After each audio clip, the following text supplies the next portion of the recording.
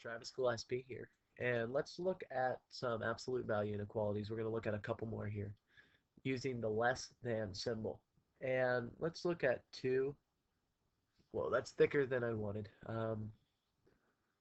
Let's look at 2 times the absolute value of x is, oh, I don't know, let's say less than or equal to 6. So the first thing you want to do, just like absolute value equations, with absolute value inequalities, you want to isolate the absolute value. So to do that, get rid of the multiplication of 2 by dividing by 2 on both sides of the equation. Dividing by both sides by 2 gets rid of the multiplication. So these guys are going to cancel.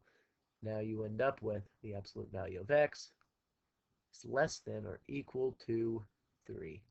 Once you get to this point, you want to think, hey, the distance from x to 0 is less than 3 units.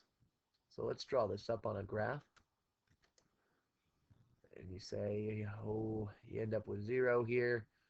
Let's just throw up a couple more points on the number line. And I'm drawing arrows to say the number line continues in both directions. We'll call this -3, -2, -1, 1, 2, 3. Okay.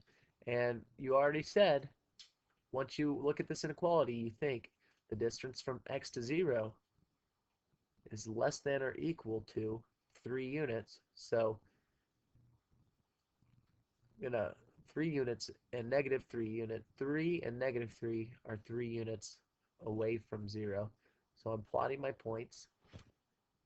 And now I know that x, wherever x is on this number line, it is less than or equal to 3 units away from 0. Well, 3 units away from 0 here, let me draw it up for you. It might make a little bit more sense.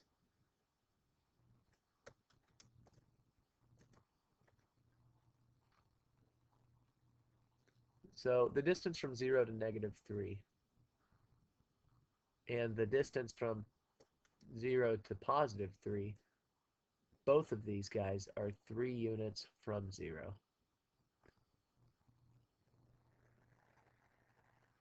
Well, if these are 3 units away from 0, and I know that x is less than or equal to 3 units from 0, I'm going to fill in the space in between both points.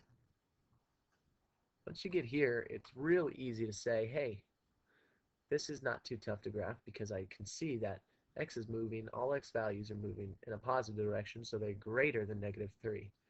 So x is greater or equal to -3, and x is also less than or equal to, because it's moving in a negative direction, or it's moving towards values that are less than 3.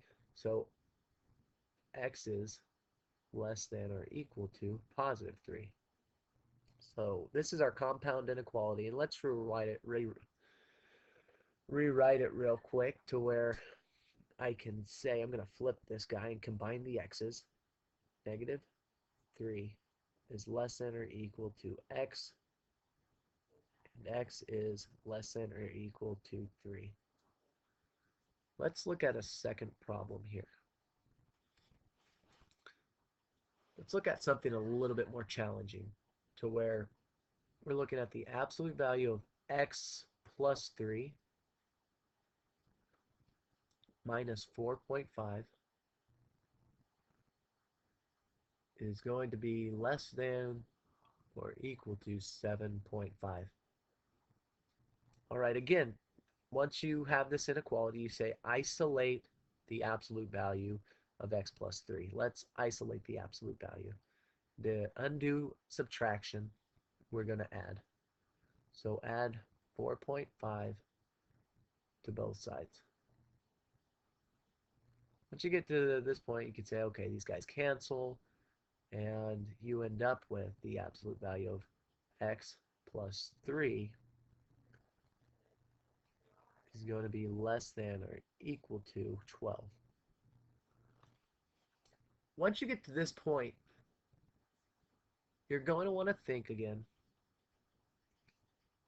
And I'm going to explain it to you guys, and then I'm going to come back again and re-explain it. But the thing you want to think is the distance from x to -3 is less than or equal to 12 units. Well, wait a second. I just said the distance from x to -3. Earlier, when we were dealing with this equation, we were talking about the distance of x to 0. Now I'm talking about a distance from x to -3. Well, how did I get there? So let's first write out my inequality of x plus 3 is greater than or equal to -12, and x plus 3 is less than or equal to 12. Okay, so I want to now isolate my x values here. So the way that I isolate these two guys is to subtract 3 on both sides. I'm going to do it all the way through here, so just subtract 3 out. So cancel, get these guys to cancel.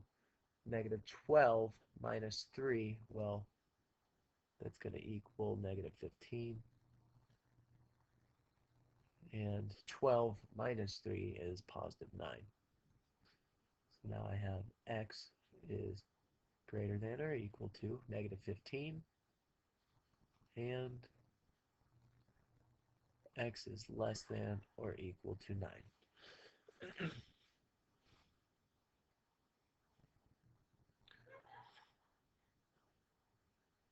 So how did I get this -12 here? I'll show you in a second by drawing up this number line.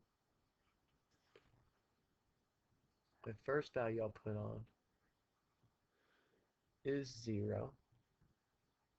And the next point, well, I'm going to skip a few points. I'll say this is -10. Say this is -20. Let's say this guy is 10. This guy's 20. And now I got arrows going in both directions.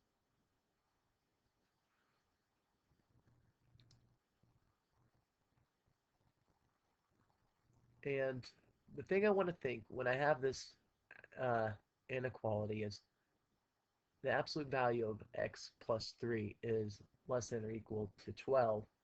Well, the thing you're thinking is the distance from x to -3 is less than or equal to 12 units. So 12 units, and 12 units can either be negative or, well, 12 units is positive, but I could either have a -12 or I could have a +12. So I've got two cases here. Got case 1 right here.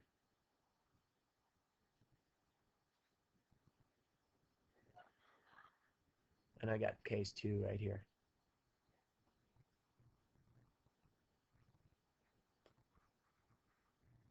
Okay.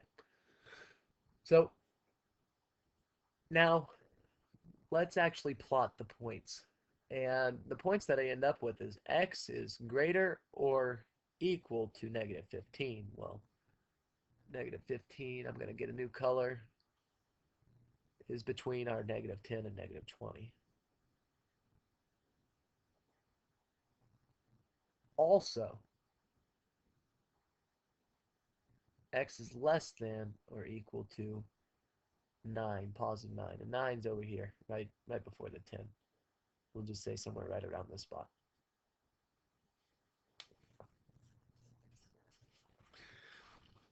And the question that we were saying, because earlier, the thing that we thought was the distance from x to 3, so distance from x to 3, and that's actually a -3, x to -3, is less than or equal to 12 units.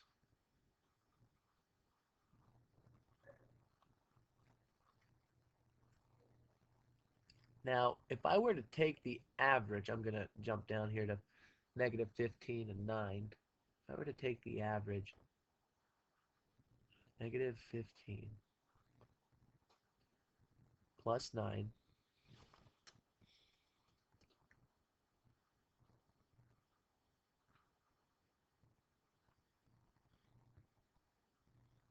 move over for a second here. Negative 15 plus 9.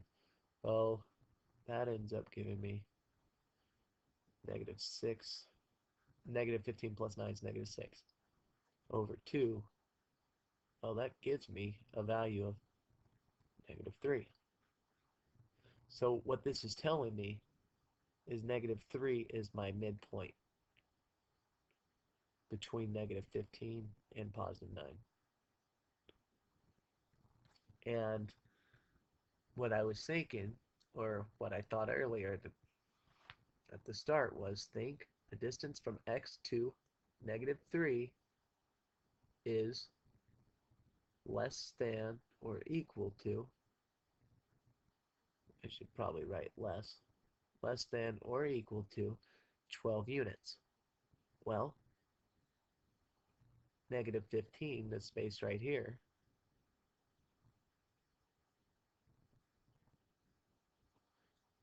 the distance between negative 3 and negative 15, if I were to draw it up, is actually 12 units.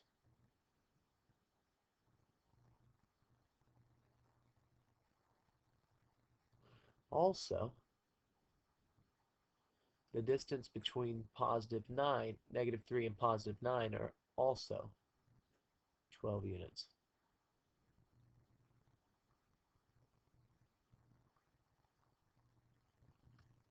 So all that's really happened is my midpoint has been offset by 3 units from 0. And I know that the distance from x to minus 3 is less than or equal to 12 units. So the midpoint has been offset by minus 3 units. And then I know my x, wherever x is on this number line, in reference to minus 3, it is less than or equal to 12 units from minus 3. Let's draw up the values where x might land on the number line. Well, from negative 15 to 3 to negative 3, it could be from negative 15 to negative 3. Also, they could be from negative 3 to 9. So pretty much this whole portion of the line, from negative 15 to positive 9.